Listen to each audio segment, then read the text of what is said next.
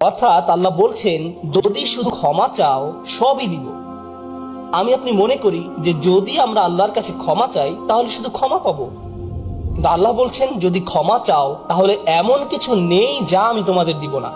বিষয়টা এমন যে আপনি ইচ্ছা করলে এক এক করে বিভিন্ন জিনিস চাইতে পারেন, অথবা শুধু ক্ষমা চান তাহলে সবই পাবেন।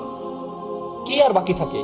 অর্থ, সন্তান সন্ততি, আপনার সকল সমস্যার সমাধানে আকাশ খুলে যাবে, বাগান, নদী, সবকিছু আপনার জন্য প্রস্তুত।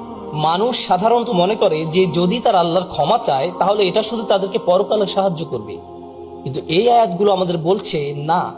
এই আয়াতগুলো আমাদেরকে বলছে যে না, আল্লাহ শুধু আমাদেরকে পরকালেই সাহায্য করবেন তা নয়, তিনি আমাদেরকে এই দুনিয়াতেও সাহায্য করবেন। একবার হজের কথা চিন্তা করুন। আমার আপনার জন্য হজের সবচেয়ে বড় অনুপ্রেরণা হলো আমাদের অতীতের সকল গুনাহ মাফ করে দেওয়া হবে। আমরা নতুন করে আবার শুরু করতে পারবো। যে কাপড়ে আপনি কবরে শায়িত হওয়ার কথা, সেরকম একটি কাপড়ে আপনি হজে যান। এমনকি হজের সময় যখন আমরা মার্চ করি, সেই সম্পর্কে বলা হয়েছে সুম্মা আফিদু মিন হাইসু আফদান নাস ওয়াস্তাগফিরুল্লাহ। অতঃপর তোমরা প্রত্যাবর্তন করো যেখান থেকে মানুষেরা প্রত্যাবর্তন করে।